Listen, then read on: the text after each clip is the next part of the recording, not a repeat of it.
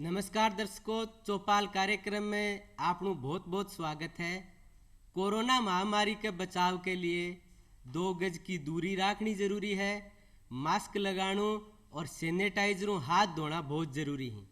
आज के कार्यक्रम में आप बातचीत कराला पर्यावरण संरक्षण और ग्रामीण क्षेत्र पर बात करने के लिए विशेषज्ञ के रूप में अपने बीच उपस्थित हैं श्याम सुंदर जानी साहब। आप प्रसिद्ध पर्यावरणविद हैं और एसोसिएट प्रोफेसर हैं राजकीय डूंगर महाविद्यालय बीकानेर में, और आपने पर्यावरण संरक्षण के लिए भारत का राष्ट्रपति जी भी सम्मानित कर चुके हैं। और पिछले 17 साल में आप पारिवारिक वानिकी के प्रोग्राम के तहत 24 लाख पेड़ पौधा लगा चुके हैं। श्याम सुंदर जी, बहुत बहुत स्वागत है चौपाल के कार्यक्रम में थारो। शुक्रिया जी। थे हमारा दर्शकान बताओ कि पर्यावरण संरक्षण क्या है और अपनी जिंदगी के लिए, इंसाना के लिए पर्यावरण संरक्षण क्यों जरूरी है। जहाँ तक पर्यावरण संरक्षण की बात है तो सबसे पहले हमें ये समझने की ज़रूरत है कि पर्यावरण है क्या। जी देखिए, हमारे चारों तरफ जो कुछ भी है और जिससे हम खुद निर्मित है वो सब मिल करके, जिसमें हमारी पारिस्थितिकी के जैव और अजैव दोनों घटकों का सम्मेलन होता है, वो पर्यावरण है। अच्छा, पर्यावरण का संरक्षण हमारे लिए इसलिए ज़रूरी है क्योंकि हम धरती के किसी भी कोने में, किसी भी वक्त और किसी भी अवस्था में रहें, एक चीज़ हमारे साथ हर हाल में रहती है और वो चीज़ है हमारा पर्यावरण। हाँ जी। लेकिन पर्यावरण जो है वो हमें हमारे जन्म के साथ में मिल जाता है, उसके लिए हमें अलग से प्रयत्न नहीं करना पड़ता। हाँ, अगर यही दशा रही तो आने वाली पीढ़ियों को एक बेहतर पर्यावरण के लिए ज़रूर प्रयत्न करना पड़ेगा, पर चूंकि आज तक हमें ये अनायास ही मिलता रहा है, इसलिए हम इसके महत्व को लेकर के उतने संजीदा है नहीं जितना संजीदा होना चाहिए। जी, जो हवा हम लेते हैं उस हवा की हमें कीमत तब पता लगती है जब हमारा कोई अपना ऑक्सीजन पे आ जाए। जी, तब पता लगता है कि ये प्राणवायु है, इसकी हमारे लिए कितनी कीमत है, वरना हम ये बात ही नहीं सोचते कि हमारी हवा में ऑक्सीजन कितनी है। हाँ, तो संरक्षण इसका इसलिए जरूरी है कि पर्यावरण है तो ही हम हैं। अगर पर्यावरण गड़बड़ हो गया तो हाथी के आगे जिस तरह से चींटी की औकात होती है, वही हमारी पर्यावरण और प्रकृति के संदर्भ में औकात है। बिल्कुल श्याम जी, आपने बहुत अच्छी बात बताई कि पर्यावरण मनुष्य जीवन का आधार है और वो अपने जीवन को स्वयं जरूरी स्तंभ है। तो आप बताओ मार्गदर्शिका ने कि ग्रामीण क्षेत्र में पर्यावरण पर कौन कौन सा संकट आ रहे हैं। आज पर्यावरण का के संकट ही जगह ग्रामीण क्षेत्र में लोगों की जिंदगी प्रभावित कर रहे हैं। मील साहब, आपने बहुत ही अच्छा और सामयिक सवाल पूछा है। जी, अभी सर्दी का दौर है और जैसा कि हमारे सारे दर्शक इस बात को जानते हैं कि इन दिनों हम अखबार और टीवी में एक खबर पढ़ते और देखते हैं, वो है दिल्ली में छाई धुंध को लेकर के। हम ये सोचते हैं कि दिल्ली दूर है और दिल्ली की धुंध हमारे गांव और ढाणी तक नहीं आएगी। 2018 में वर्ल्ड बैंक ने एक रिपोर्ट प्रकाशित की। वो रिपोर्ट ये कहती है कि हिंदुस्तान में 2.5 जो PM 2.5 है, पर्टिकुलेट मैटर, हाँ जी, जो कि हमारी दिल्ली की हवा में विशेषकर है और इसके साथ में PM 10 भी है, उसको लेकर के वो रिपोर्ट थी और उसमें उन्होंने ये कहा कि हिंदुस्तान में PM 2.5 का एक्सपोजर 100% है। यानी हमारी जो ढाणी और गांव की हवा है उसमें भी पर्टिकुलेट मैटर 2.5 मौजूद है। हाँ, ये बात अलग है कि वो दिल्ली के मुकाबले कम है। जी, और इसको हम इस उदाहरण से भी समझ सकते हैं कि दिवाली के आसपास दिल्ली ही नहीं, हमारे राजस्थान के, हमारी राजधानी जयपुर, मरुनगरी बीकानेर समेत बहुत सारे जिलों में 2-3 दिन तक धुंध छाई रही थी। हाँ, और आंखों में जलन, सांस लेने में तकलीफ हुई थी, विशेषकर बच्चे और जो हमारे बुजुर्ग हैं उनको। और वो धुंध जो कोहरा होता है वो धुंध नहीं थी, क्योंकि कोहरे में हमारी जमीन है वो गीली होती है, तो वो सूखी धुंध थी, वो बेसिकली स्मॉग था। जी, और वो जो स्मॉग है वो हमारे खेतों तक, हमारी ढाणियों तक पहुंच चुका है। तो पहला खतरा तो हमारे महानगरों से जो कल्चर हमारे गांव में आ रही है, तो हम यूं न समझें कि महानगरों से सिर्फ कपड़ा आ रहा है, महानगरों से नई भाषा आ रही है या दूसरे जो कंज्यूमरेबल आइटम्स है वो आ रहे हैं। महानगरों से खराब हवा भी गांव में आ रही है जी। तो एक मुद्दा तो ये है।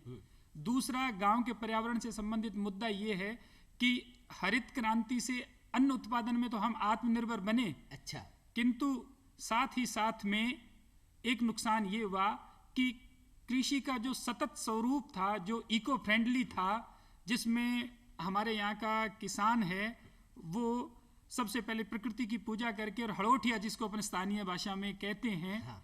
वो हड़ोठिया जब करने जाता था तो वो धरती माँ को माथा टेकता था। इसके अलावा वो हरे रूख की डाली तोड़ करके और रास्ते के अंदर शगुन स्वरूप डालता था। ये जो सारे स्वरूप थे कि हमारे लिए मिट्टी है, वो मिट्टी नहीं थी। हमारे लिए मिट्टी एक ऐसा सजीव अवयव है इस प्रकृति और पर्यावरण का, जिसे हम माँ कहते हैं जी। तो उसके साथ हमारा तादात्म्य हरित क्रांति ने खराब कर दिया। अच्छा, उस कारण हमारे जो अभी जो जितना भी फूड प्रोडक्शन हो रहा है, या हम बात करें डेयरी उद्योग की, तो उसमें हम जो भी आज उगा रहे हैं और खा रहे हैं वो शुद्ध नहीं है जी। तो दूसरा पर्यावरण का संकट ये है। तीसरा संकट पर्यावरण का ये है कि हमारे यहाँ जितना भी इरिगेटेड एरिया है, सिंचित क्षेत्र में नहरों से जितनी सिंचाई हो रही है, उस सारी में जो पानी आ रहा है वो प्रदूषित पानी है। अच्छा। आज जो खाले में पानी बहता है उसको देख करके हमारा मन नहीं करता कि हम इसको पी लें या इससे हाथ भी धो लें। जी। अगला मुद्दा ये आया कि नलकूप सिंचाई में हमने देश के बहुत बड़े हिस्से को डार्क जोन बना दिया है। फिर जो मिलावटी कीटनाशक और मिलावटी बीज और मिलावटी खाद, उनकी वजह से हमारी फसलों में 4 गुना ज्यादा खपत है कीटनाशक की और खाद की।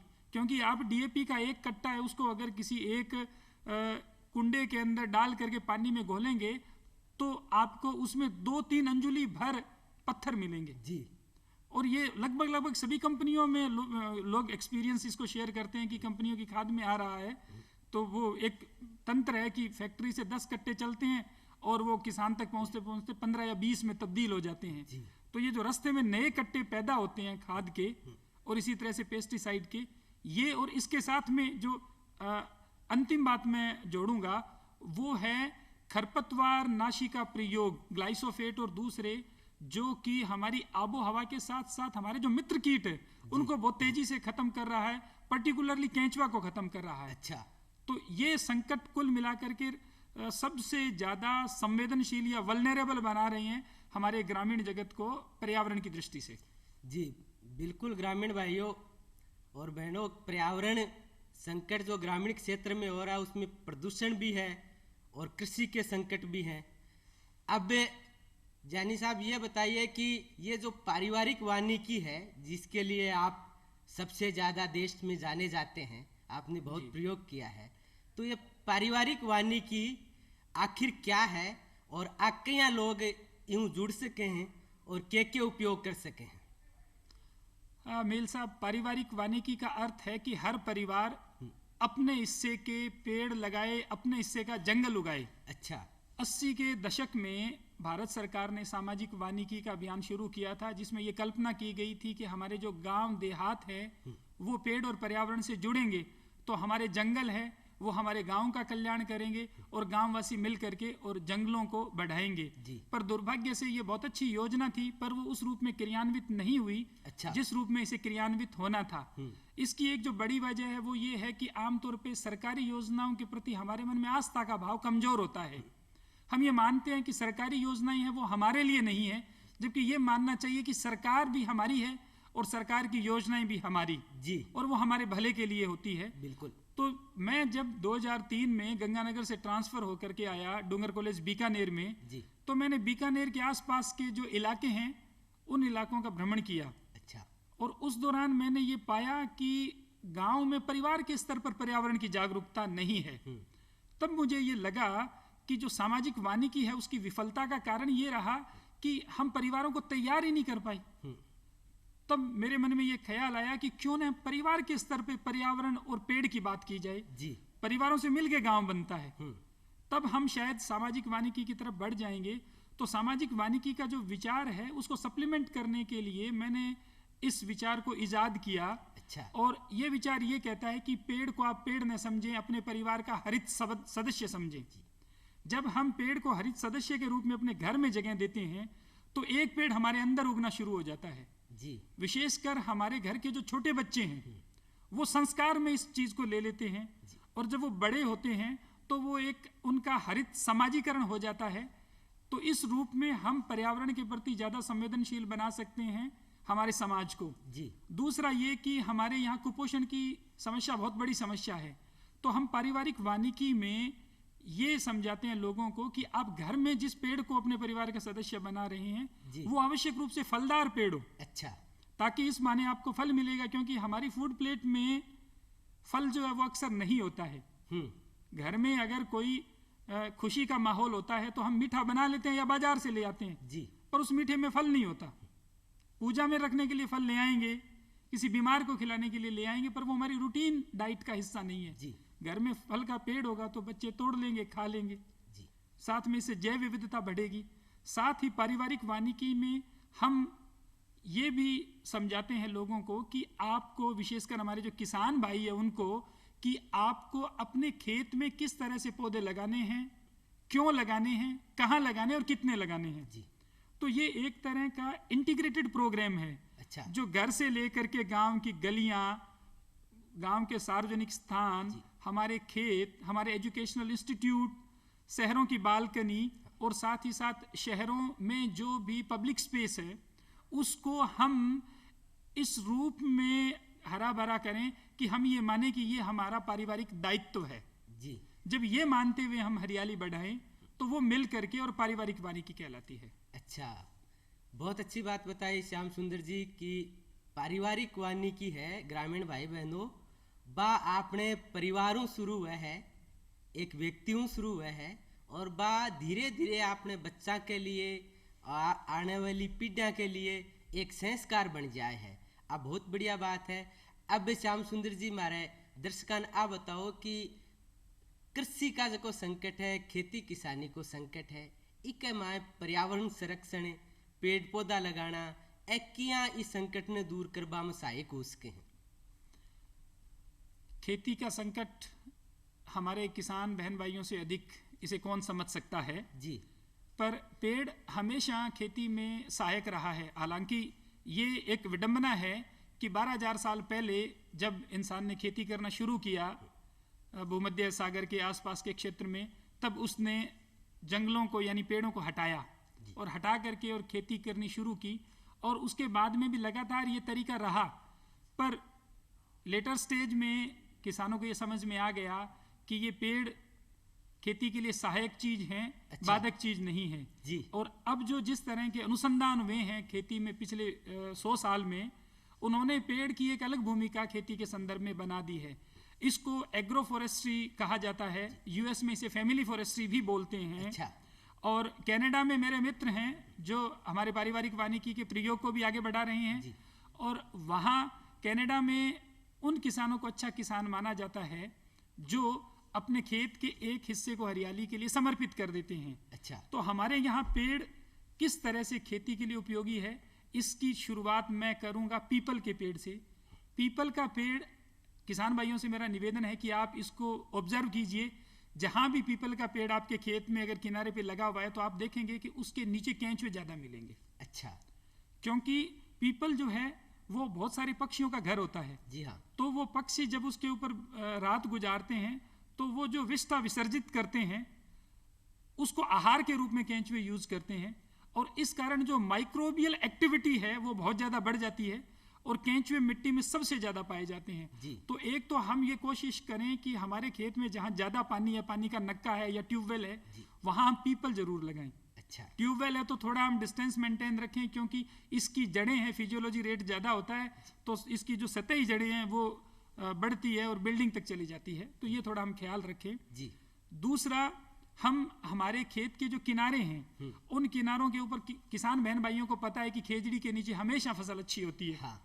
और हमारा जो पूरा शेखावाटी का एरिया है, जी जहाँ की जांटी कहते हैं खेजड़ी को, वहाँ तो कल परसों तक रिश्ते इस आधार पे तय होते थे कि आपके खेत में खेजड़ी कितनी है। जी तो खेजड़ी जो है वो अब समस्या एक ये आ गई कि हमारे यहाँ पे ट्रैक्टर से कल्टीवेशन शुरू हो गया। हाँ। तो छोटी खेजड़ी ट्रैक्टर की सीट पे बैठे किसान को दिखती नहीं है। जी। फिर जो उसके पीछे जो भी तवी या जो हल होते हैं उनका घेरा इतना बड़ा होता है कि वो टाल भी नहीं पाता है उनको, वो कट जाती है। कट जाती है। तो उसका तरीका ये है कि आप मई में जब खेजड़ी के खोखे झड़ जाते हैं, तब उनके बीज निकाल करके साधारण गोबर लें, उसको खेत की मिट्टी में आटे को गूंदते हैं वैसे गूंद लें बिना पानी के, अच्छा। और उसके अंदर 2-2 बीज डाल के गोली बना लें। हाँ। और वो आप खेत की बाउंड्री और खेत के बीच में नियत दूरी के ऊपर वो जब एक बारिश गिर जाए उसके बाद में रख करके ऊपर आधा अंगुल मिट्टी दे दें। अच्छा। और जहां रखें उस जगह हल्का सा, थोड़ा सा यूं जैसे अपने तासली होती है, हाँ। प्याली जो होती है, प्याली कटोरी रूमा उसको बना दें जमीन को हल्का सा, अच्छा। ताकि बारिश आए तो थोड़ा पानी उसमें ठहर जाए। जी। तो उसमें वो अपने आप उग जाएगी, एक निश्चित दूरी पे उगेगी। इस कारण ट्रैक्टर से डिस्टर्ब नहीं होगी खेजड़ी, और ना ही हमारी जो जुताई है वो डिस्टर्ब होगी। जी। खेजड़ी लगाएं हम रोहिड़ा लगाएं जो कि हमारे राजस्थान का सागवान है। हाँ। इसी तरह से हम हमारे जो खेत है उनके किनारों के ऊपर सहजन लगाएं। अच्छा। क्योंकि सहजन है वो नाइट्रोजन फिक्सेशन का काम करता है। जी। और खेती के लिए ये इस रूप में जरूरी है कि ये हमारे खेत की मिट्टी में जो सूक्ष्म जीवों की गतिविधियां हैं उनको बढ़ा करके उपजाऊ करते हैं, उसको पोरस करते हैं। इस कारण उसमें जो गैसियस एक्सचेंज होता है, हवाओं का आदान प्रदान, जी। वो ज्यादा होता है। लताड़ नहीं बंधती खेत की, अगर हम साधारण भाषा में कहें तो। जी। इसके साथ साथ में इसके ऊपर जो पक्षी बैठते हैं वो लट और लट को पैदा करने वाले कीड़ों को खा जाते हैं, तो पेस्ट कंट्रोल का काम होता है। साथ ही साथ में अभी जलवायु परिवर्तन का दौर है। जी। जलवायु परिवर्तन में खेती को ज्यादा गर्मी, लू और सर्दी दोनों से नुकसान होता है। तो ये एक हरी दीवार है पेड़ जो है। हाँ। जो लू और सर्दी दोनों से बचाव करते हैं। जी। इवन पंजाब में जो काश्तकार हैं उन्होंने किन्नू के बाग में बीच बीच में खेजड़ी लगाना शुरू कर दिया, और उन्होंने ये पाया है कि इसका एक सकारात्मक प्रभाव पड़ता है। अच्छा जी। जी श्याम सुंदर जी, बहुत बढ़िया बात बताई। तो ग्रामीण भाई बहनों, खेती के माए भी पेड़ पौधा बहुत जरूरी ही। आपन जिया श्याम सुंदर जी बताई कि पेड़ पौधा ही जिका खेती का रक्षा कवच ही, और न सिर्फ रक्षा कवच ही, वह खेती ने आगे बढ़ावें, बन जरूरी तत्व का पोषण करें। इसलिए ज़्यादा से ज़्यादा खेता में भी पेड़ा को इस्तेमाल करना चाहिए। खेजड़िन के यहाँ बचाणु है, रोहिड़ा के बारे में बताई। अब थे श्याम सुंदर जी, हमारा ग्रामीण दर्शकों ने आप बताओ कि जी हाँ कोरोना महामारी है, बहुत बड़ी महामारी है पूरी दुनिया में। ये महामारी बचवा के लिए भी पर्यावरण संरक्षण जिया की चीज ही एकतिक मददगार हो सके हैं। ये आपने फिर बहुत ही सामयिक सवाल पूछा है जी। कोरोना का पर्यावरण के साथ में कितना गहरा संबंध है, इसको हम एक इस तथ्य से समझ सकते हैं कि अभी महीना भर पहले यूरोपियन कार्डियोलॉजी सोसाइटी है, अच्छा, जो हृदय रोगों पर शोध करने के लिए यूरोप की जो एक संगठन है, तो किसान भाइयों को थोड़ा सहजता से समझ आए इसलिए बता रहा हूँ। जी जरूर। वो जो संगठन है, उस संगठन ने एक अध्ययन किया है, और उस अध्ययन में उन्होंने ये पाया कि हिंदुस्तान में अब तक जितनी कोरोना से डेथ हुई है, अगर वायु प्रदूषण नहीं होता तो 17% लोग कम मरते। अच्छा, 17% जो मौतें हैं वो वायु प्रदूषण के कारण हुई है। जी। उसमें उन्होंने शोधकर्ताओं ने ये पाया कि वायु प्रदूषण के कारण हमारे फेफड़ों के जो टिश्यू है वो क्षतिग्रस्त हो जाते हैं। अच्छा, और कोरोना है वो भी फेफड़ों पे अटैक करता है। हाँ, जब फेफड़ों में इन्फेक्शन हो जाता है, एक सीमा से पार चला जाता है, तो फिर रिकवरी मुश्किल हो जाती जी, है। जी। तो हमारी हवा है वो ठीक रहे तो कोरोना का प्रभाव हम पे कम आएगा। हाँ, अब हमारी हवा है वो ठीक कैसे रहेगी? जी, जब पेड़ ज्यादा होंगे। दूसरी बात यह है कि हम जब भी वायु प्रदूषण की बात करते हैं तो हम वायु प्रदूषण में ये कहते हैं कि कार्बन कितना है हवा में, दूसरा हम ये कहते हैं कि टॉक्सिक गैस कितनी है, तीसरा हम ये कहते हैं कि PM 2.5 कितना है, PM 10 कितना है, यानी PM 10 जी, किंतु कोई भी ये बात नहीं करता कि हमारी हवा में ऑक्सीजन कितनी है। जी। अब ऑक्सीजन कहां से आती है ये बताने की जरूरत नहीं है। दरअसल एक आदमी को एक दिन में 550 लीटर ऑक्सीजन चाहिए। अच्छा, ये 550 लीटर ऑक्सीजन हमें तब मिलती है जब हमें 11,500 लीटर ऐसी हवा मिले जिसमें कम से कम 19.5% ऑक्सीजन हो। अच्छा। अब हवा में ऑक्सीजन कब आएगी? जब पेड़ पौधे ज्यादा होंगे। हाँ। इसीलिए आप देखिए कि कोरोना में जो डेथ हो रही है शहरों में ज्यादा हो रही है। क्यों? क्योंकि शहरों की हवा गांव के मुकाबले ज्यादा प्रदूषित है, उसमें ऑक्सीजन कम है। बहुत सारी हवा तो हमारी कारें ही खा जाती है। बिल्कुल। तो इसलिए पहली चीज तो ये कि ये हवा को शुद्ध करते हैं, इस कारण हमारे फेफड़े मजबूत रहते हैं। दूसरा, सिर्फ हवा ही नहीं, पानी के भी फिल्ट्रेशन का काम करता है पेड़ जो होता है वो। तीसरा, कुछ पेड़ ऐसे हैं जैसे हम सहजन की बात करें, नीम गिलोय की बात करें, या पौधे के रूप में तुलसी की बात करें, ग्वारपाठा की बात करें, इनका जो सेवन है वो बड़ा उत्तम है जी। तो इनके सेवन से हमारी इम्यूनिटी बढ़ती है। कोरोना कमजोर लोगों पे ज्यादा प्रभावी है, जिसकी इम्यूनिटी सही है उसको कोरोना कुछ नहीं करता जी। और इम्यूनिटी है वो, ये इम्यूनिटी बूस्टर है। प्लस हमारे यहाँ पे भोजन के अंदर अगर फलों को हम ज्यादा शामिल करना चाहते हैं तो हमें फलों के पेड़ चाहिए। हाँ। और फल है वो सूक्ष्म पोषक तत्वों का सबसे बड़ा स्रोत है जी। तो कुल मिलाकर के पेड़ है वो कोरोना और कोरोना जैसी दूसरी व्याधियां जी, क्योंकि पिछले 1 दशक में ये 5वीं इस तरह की बीमारी आई है जो कि पहले 100 साल में एक बार आती थी जी। तो आगे भी जो जलवायु परिवर्तन हमने किया है तो उसमें इस तरह की बीमारियों की आशंका बढ़ गई है जी। तो ज्यादा पेड़ लगाएंगे, ज्यादा तंदुरुस्त रहेंगे, तो हम हमेशा ही ज्यादा सक्षम रहेंगे लड़ने में बीमारियों से। सही बात है। तो दर्शकों, कितनी बढ़िया बात बताई जानी साहब की पेड़ पौधा ही जका कोरोना जिया की और तमाम बीमारी ही बाऊ अपन बचावे हैं, ऑक्सीजन दी ही, प्राणवायु दी ही, और आपनू इंसान को जीवन ही पेड़ पौधा पर टिकेड़ो है। बहुत सुंदर बात बताई। अब जानी साहब आप बताओ हमारे भाई बहना ने कि सरकार है जिसकी पर्यावरण संरक्षण के लिए के उपाय कर रही है, के प्रयास कर रही है? सरकार पर्यावरण संरक्षण के लिए लगातार प्रयत्नशील है। सरकारी प्रयासों की बात करते हैं तब ये चीज भी जरूरी है कि हम ये समझें कि हर आदमी अपने हिस्से की हवा वो खुद लेता है जी। तो हमारी भी भूमिका बनती है, हम सरकार की जो योजनाएं हैं उनको अपनी योजनाएं समझ करके जब कोशिश करेंगे तब असल में वो सिरे चढ़ेगी। अच्छा। जहां तक सरकारी प्रयासों की बात करें तो जैसा मैंने पहले जिक्र किया था सामाजिक वानिकी का, उससे पहले जब 72 में पर्यावरण के ऊपर सम्मेलन हुआ था तो पूरी दुनिया में हमारी एकमात्र प्रधानमंत्री थी श्रीमती इंदिरा गांधी हिंदुस्तान की, जो कि एक राष्ट्र प्रमुख की हैसियत से उस सम्मेलन में शामिल हुई थी जी। और हमारे यहाँ चूंकि पर्यावरण का जो विमर्श है वो हमारी संस्कृति के साथ में, लोक संस्कृति के साथ में बड़ा गहरा जुड़ा हुआ है जी। इसलिए हमारे यहाँ आजादी के बाद से जो भी सरकार आई है, हाँ। हर सरकार ने ये प्रयास किया कि वो पर्यावरण हितैषी परंपराएं हैं उनको हमारे जो एजुकेशनल क्यूरिकुलम है बच्चों की पढ़ाई लिखाई उसके साथ संबंधित करे, और साथ में जो इसमें बेस्ट प्रैक्टिसेस हैं उनका प्रचार प्रसार करे। साथ ही हम अगर बात करें तो जो स्वच्छ भारत अभियान है केंद्र सरकार का, हाँ। वो भी पर्यावरण संरक्षण का एक बहुत बड़ा अभियान है। दूसरी तरफ हमारी जो राजस्थान सरकार है, वर्तमान सरकार ने जो हरित राजस्थान पीछे शुरू किया और अभी जो निरोगी राजस्थान का महत्वाकांक्षी अभियान है, हाँ। उसका भी एक घटक है पर्यावरण संरक्षण। अच्छा। और हम जितनी भी सरकारी योजनाएं हैं सामाजिक वानिकी के तहत वन विभाग के जगह जगह ऑफिस खुले हुए हैं जिनमें नर्सरी में सस्ती दर के ऊपर पौधा मिलता है जी। हॉर्टिकल्चर डिपार्टमेंट है वो भी प्रमोट करता है, हाँ। रियायती दर के ऊपर पौधा और पौधे के साथ में निःशुल्क जो विशेषज्ञ सेवाएं दी जाती है। हमारे सारे कृषि विश्वविद्यालयों में सभी सरकारों ने वानिकी को लेकर के महकमे शुरू कर रखे हैं जी।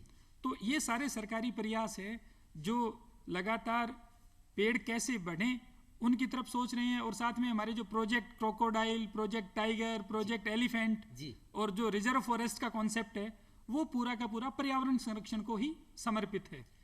बिल्कुल श्याम सुंदर जी, बहुत बढ़िया ग्रामीण भाई बहनों बात बताई कि सरकार है जिकी आपने बच्चा ने पढ़ावाऊं लेर फ्री कमाए मुफ्त में आपने पेड़ पौधा देनो और पर्यावरण संरक्षण की कई योजना चलावे है। अब श्याम सुंदर जी एक बात हमारे दर्शकान आ बताओ कि जका ग्रामीण युवा ही बाग के मात बंद थे पर्यावरण संरक्षण के लिए के बात करना चाहो हो कहीं बे बढ़ चढ़ रही कमा भाग ले सके हैं। युवा हमेशा क्रांति का वाहक होता है जी। इस साल हमने घर घर सहजन अभियान शुरू किया जिसमें हमने 14 लाख सहजन के पौधे कोरोना के टाइम में प्रदेश के 29 जिलों में लगाए और उसमें युवाओं की बड़ी भागीदारी रही। तो मैं सभी युवाओं से आपके माध्यम से और दूरदर्शन के माध्यम से ये निवेदन करना चाहूँगा कि आप पर्यावरण संरक्षण की इस मुहिम को अपने अपने गांव मोहल्लों में आगे बढ़ाएं। बहुत बहुत धन्यवाद जानी जी। और आज के इस कार्यक्रम में आप पधारे, चौपाल के कार्यक्रम में हमारे दर्शकों की तरफ से आपको बहुत बहुत धन्यवाद। शुक्रिया। और दर्शकों, आप देखते रहिए चौपाल, आपको भी बहुत बहुत धन्यवाद। धन्यवाद।